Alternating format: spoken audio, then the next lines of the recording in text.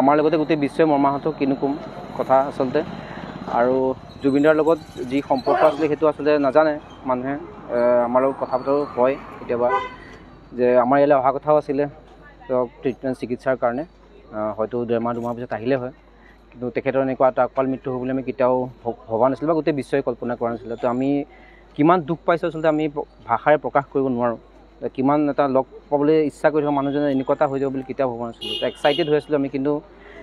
অতি মৰ্মাহত হ'লোঁ আমি মানে কথাৰে আচলতে বুজাব নোৱাৰোঁ আৰু তেওঁ যিটো কৈ গ'ল যেতিয়া মায়াবানী গানটো তেখেতৰ বাজিব লাগিছিলে গোটেই জীৱনটো তেওঁ মানে সেই গানটোতে সোমাই আছে যে গোটেই ধুমুহাৰ লগত তেওঁ নাচোন বা আন্ধাৰৰ লগত তেওঁ অতীতৰ এই কথাখিনি মানে তেওঁ কিমান সংঘাত কিমান সংঘৰ্ষ কৰিবলৈ আগবাঢ়িছিলে আৰু আমাৰ তেখেতে মাল্টি মানুহ এটা যোৰহাটৰ নিচিনা জেগাৰ পৰা গৈ পেলাই তেওঁ গোটেই বিশ্বতে যি নাম কৰিলে তেওঁৰ ব্যক্তিত্ব আচলতে আমি কৈ শেষ কৰিব নোৱাৰোঁ আৰু তেওঁ যিমান সেই বহল মনৰ কথাখিনিও মই কৈ শেষ কৰিব নোৱাৰোঁ আমি অতি মৰ্মাহত আৰু আমি এই শ্ৰদ্ধাঞ্জলি অনুষ্ঠানৰ জৰিয়তে আচলতে সকলো নাগৰিককে আমি এনেকুৱা এটা প্ৰস্তাৱ ল'বলৈ অনুৰোধ কৰিছোঁ যাতে সকলো এটা গঠনাত্মক এটা মন হয় এটা ক্ৰিয়েটিভ মন হওক যাতে জুবিন দাক আমি আমাৰ মাজত জীয়াই ৰাখিব লাগিব কেনেকৈ তেখেতৰ কৰ্মৰাজিক আমাৰ বা নতুন প্ৰজন্মৰ মাজত কেনেকৈ আগবঢ়াই নিওঁ তেখেতৰ কৰ্মৰাজিক কেনেকৈ সংস্কাৰী কৰি ৰাখোঁ সেইটো জনাটো অতি দৰকাৰ বা দেখুৱাই দিয়াটো অতি দৰকাৰ তেওঁ অকল এজন গায়কেই নাছিলে গায়কৰ লগতে তেওঁ যিটো মানৱী যিটো স্বভাৱ আছিলে তেওঁ কৈছিলে তেখেতে দিনটো এদিনত মানে 3 ঘণ্টা সময়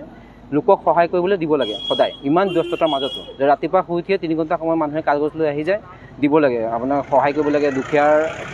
প্ৰব্লেমেই হওক বেমাৰীকেই হওক বা কাৰোবাক খেলাবলৈ হওক দুখীয়া ল'ৰা ছোৱালী পঢ়াবলৈ হওক তেওঁ বহুতখিনি সহায় তেনেকৈ কৰি থাকে আৰু তেওঁ সেই অকল গায়কৰ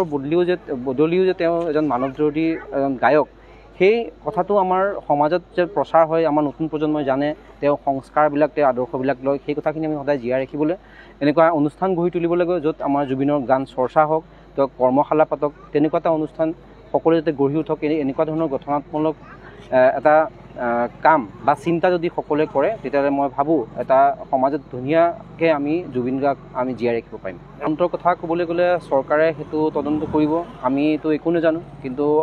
দেখা গৈছে ছ'চিয়েল মিডিয়াত বহুত আমিতো সঁচা কথা নাজানো কি হৈছে কি নাই হোৱা ছ'চিয়েল মিডিয়াত যি দেখা গৈছে তাৰ হয়তো বেলেগ কাহিনীও কিবা হ'ব পাৰে তো আমি আশা কৰিছোঁ এটা উচিত তদন্ত হ'ব চৰকাৰে ইয়াৰ উচিত তদন্ত কৰিব আৰু দোষীয়ে শাস্তি পাব যদি কিবা অপৰাধ হৈছে হ'ব আমাৰ লগতে গোটেই বিশ্বই মৰ্মাহত কিনো কম কথা আচলতে আৰু জুবিনদাৰ লগত যি সম্পৰ্ক আছিলে সেইটো আচলতে নাজানে মানুহে আমাৰ লগত কথা বতৰা হয় কেতিয়াবা যে আমাৰ ইয়ালৈ অহা কথাও আছিলে তেওঁক ট্ৰিটমেণ্ট চিকিৎসাৰ কাৰণে হয়তো 1.5 মাহ 2 মাহ পিছত আহিলে হয়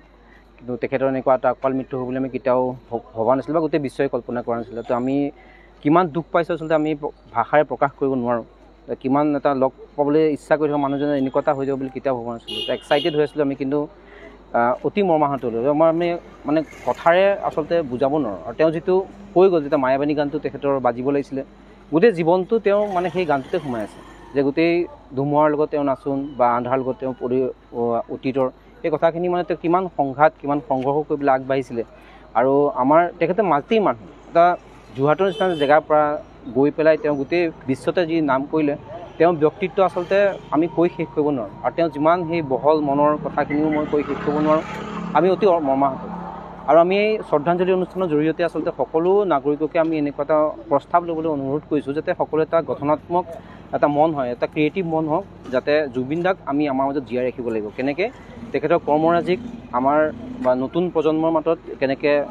আগবঢ়াই নিওঁ তেখেতৰ কৰ্মৰাজিক কেনেকৈ সংস্কাৰী কৰি ৰাখোঁ সেইটো জনাটো অতি দৰকাৰ বা দেখুৱাই দিয়াটো অতি দৰকাৰ তেওঁ অকল এজন গায়কেই নাছিলে গায়কৰ লগতে তেওঁ যিটো মানৱী যিটো স্বভাৱ আছিলে তেওঁ কৈছিলে তেখেতে দিনটো এদিনত মানে 3 ঘণ্টা সময় লোকক সহায় কৰিবলৈ দিব লাগে সদায় ইমান ব্যস্ততাৰ মাজতো যে ৰাতিপুৱা শুই উঠিয়ে 3 ঘণ্টা সময় মানুহে কাগজ লৈ আহি যায় দিব লাগে আপোনাৰ সহায় কৰিব লাগে দুখীয়াৰ প্ৰব্লেমেই হওক বেমাৰীকেই হওক বা কাৰোবাক খেলাবলৈ হওক দুখীয়া ল'ৰা ছোৱালী পঢ়াবলৈ হওক তেওঁ বহুতখিনি সহায় তেনেকৈ কৰি থাকে আৰু তেওঁ সেই অকল গায়কৰ বদলিও যে তেওঁ এজন মানৱজনদী এজন গায়ক সেই কথাটো আমাৰ সমাজত যে প্ৰচাৰ হয় আমাৰ নতুন প্ৰজন্মই জানে তেওঁ সংস্কাৰবিলাক তেওঁ আদৰ্শবিলাক লয় সেই কথাখিনি আমি সদায় জীয়াই ৰাখিবলৈ এনেকুৱা অনুষ্ঠান গঢ়ি তুলিব লাগে য'ত আমাৰ জুবিনৰ গান চৰ্চা হওক তেওঁ কৰ্মশালা পাতক তেনেকুৱা এটা অনুষ্ঠান সকলোৱে যাতে গঢ়ি উঠক এনেকুৱা ধৰণৰ গঠনাত্মক এটা কাম বা চিন্তা যদি সকলোৱে কৰে তেতিয়াহ'লে মই ভাবোঁ এটা সমাজত ধুনীয়াকৈ আমি জুবিন গাৰ্গক আমি জীয়াই ৰাখিব পাৰিম। তদন্তৰ কথা ক'বলৈ গ'লে চৰকাৰে সেইটো তদন্ত কৰিব, আমিতো একো নাজানো, কিন্তু দেখা গৈছে ছ'চিয়েল মিডিয়াত বহুত, আমিতো সঁচা কথা নাজানো কি হৈছে কি নাই হোৱা। ছ'চিয়েল মিডিয়াত যি দেখা গৈছে তাৰ হয়তো বেলেগ কাহিনীও কিবা হ'ব পাৰে। তো আমি আশা কৰিছোঁ এটা উচিত তদন্ত হ'ব, চৰকাৰে ইয়াৰ উচিত তদন্ত কৰিব আৰু দোষীয়ে শাস্তি পাব যদি কিবা অপৰাধ হৈছে।